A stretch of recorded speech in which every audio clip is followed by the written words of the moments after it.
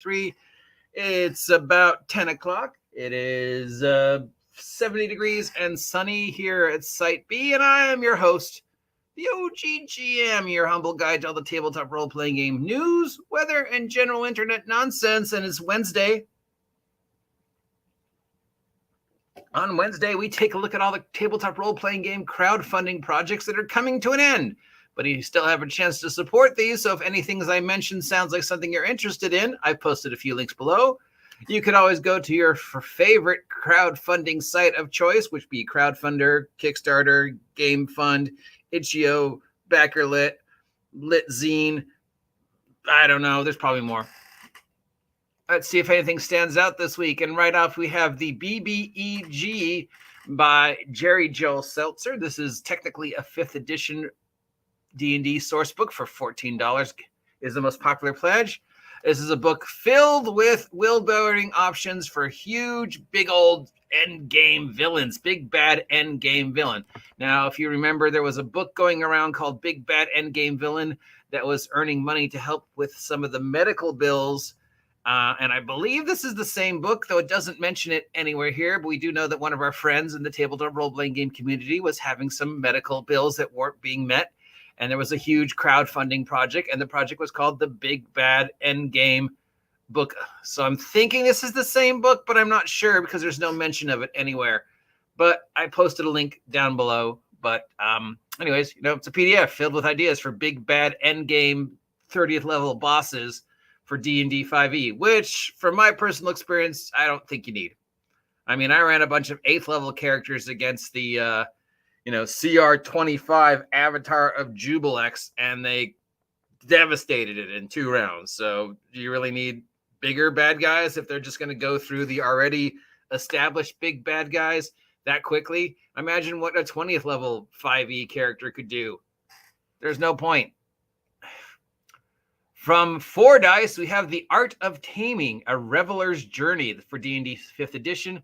This is a source book. $20 is the most popular pledge. It gets you the PDF. It's a book all about adding pets to your 5e campaign. I'm pretty sure there's already some of these out there, but this is a book with more pets. So a book about bunnies and dogs and goldfish. I would pay to see somebody who carries around a goldfish in a D&D game. So yeah, is this the thing you need? I mean, aren't these stats already in the Monster Manual and the Player's Handbook? Don't they already have stats for bunnies and dogs and cats? This game has gotten a lot of press, maybe just because it's another cute JRPG about exploring and doing Legend of Zelda type stuff converted to gaming. I don't know. I've just heard a lot of good things about it. The JRPGs tend to get a lot of good press. I'm not sure why. Maybe we're just, tired of doom and gloom, and we want bright, cheery, chibi, big-boobed anime fun. Anyways, this is Cloudbreaker Alliance from CJ Lung. $85 is the most popular pledge. Gets you the PDF and the print version of the book, plus some digital stuff. It's Star Trek meets Final Fantasy meets The Mist. It's all about exploring and projecting and doing Japanese RPG, Legends of Zelda type stuff in a world where there are magical clouds, and suddenly the magical clouds are parting, and you now get to explore the rest of the world. So for the last 2 centuries, everybody's been trapped behind these clouds, and nobody knows what's going on in the kingdom next door because it's the mist, like from Stephen King. If you go out into the mist, you get eaten. But finally, after these 2 centuries, the mist is finally clearing, so your, chibi, awesome elf could go explore the rest of the world and see what's waiting. That'd probably make an excellent anime. Probably it's already been done as an anime. I don't know. It could be, which is basically Hexcrawl with anime. From Tim Beach, we have a role-playing game called Start Here, the role-playing game. $50 is the most popular pledge. Gets you the PDF and the print version. This is a book about teaching players how to overcome the barrier of entry into getting into role-playing. And apparently Janelle Jaquez has something to do with this. The project seeks to overcome the barrier that entry into creating easy-to-use RPG will not overwhelm first-time players. Why should you believe this is going right? For new gamers, so it's a game about overcoming the obstacles of playing the game for a first time, or it's a game about designing games, or it's a book telling you how to help people get into role playing and design games. I'm not sure. The amount of game design experience powering this project will lead more gamers to the table. If you want to have a go-to option to get new players to try out RPG, this project sounds promising. I don't understand. What is this? What am I paying $50 for? Am I paying $50 to get a game about helping people learn how to game? So basically, this is an introductory game that sort of is what? Just sort of kind of a generic, here's how you make a character, let's do stuff. Or is it a game about people playing gaming for the first time? Or is it just a book about helping people learning how to game and learn how to design their own games? I mean, anything with Janelle attached to it is probably going to be good. She does have her RPG chops dating all the way back to the Judges Guild. But on the other hand, I don't know what this is about. If it's just a game teaching people how to play games, pointless. That's what Kickstart rules are for. Clockwork Tower from Penny Blood Adventures for D&D 5e. $10 gets you the PDF. And it's not surprisingly, a time-bending tower lost where you get to go climb through some steampunk clockwork time-bending nonsense to try and stop this tower from messing with the timeline. No. Time travel is the big no. Never do time travel. Moving on. From ND Hobbies, we have Micro Dungeon, the second annual companion. This is a series of adventures for D&D 5e. It's $40 is the most popular pledge. Gets you, doesn't say what it gets you. It just gets you, I guess, the entire collection. 50 different dungeons and monsters, all designed to help you for one-shots. So basically, it's 50 one-shot small baby dungeons that you can run in 1 or 2 settings, beginning, middle, and end. 5 room dungeons, 1 day dungeon a day type stuff. $40 for 2 books at least, and 50th. Actually, yeah, sure.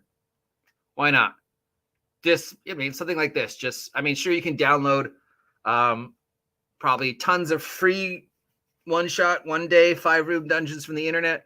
But this guy's gone to all the trouble of making them and collecting them, and just for $40, here's a ton of them. And from these little teeny starters, you could create whole campaigns out of a 5 room dungeon. Lord knows I have. Yeah, sure. I don't know. 40? Yeah, actually 40 seems reasonable. This could be a very comfy, easy starter dungeon-y thingy. Why not? Yeah. Alchemy Generator. Nope. Boring.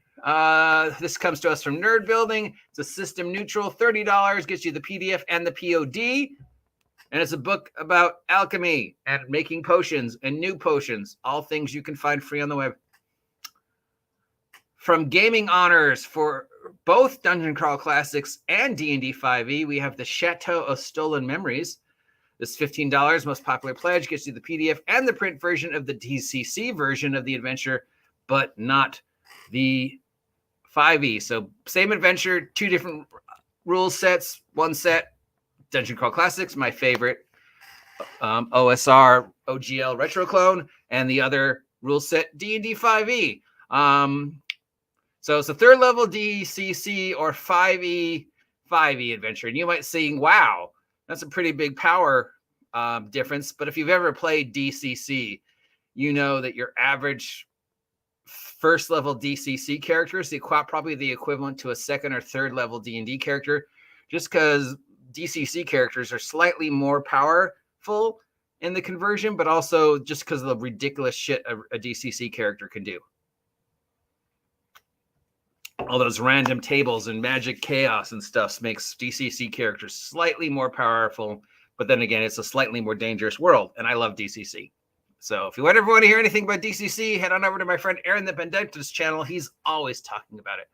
So that's it for what's on the shelves this week. No cons looking for a sponsorship. No game stores looking for sponsorships. Nothing Halloween themed. Nothing I really recommend. Though there are some links that I've posted down below. Again, what is this? I don't know. Yeah. So this one. Yeah, maybe this one.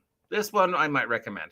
Normally, I don't recommend anything 5e, especially since January's coming up and we don't know the future of 5e. And I would say, hey, those are just things you can find online. But I don't know, 50 of them collected, all a bunch of one-shots. It's 50 potential campaigns in one little book for $40, which is reasonable. So, yeah, that one. That might be my recommendation. And if any of these sound like something you want to purchase, let me know if you picked it up and what you think about it. Otherwise, I am the OGGM, wishing you a great day. Hopefully you are all alive and well. And if you're dead, well, hello to you too, because it's Halloween time, so why not? Till next time, please like, please share, please subscribe. Help your boy reach 2,000 subs by the end of the year. And have a great day. Drive safe, stay hydrated, and get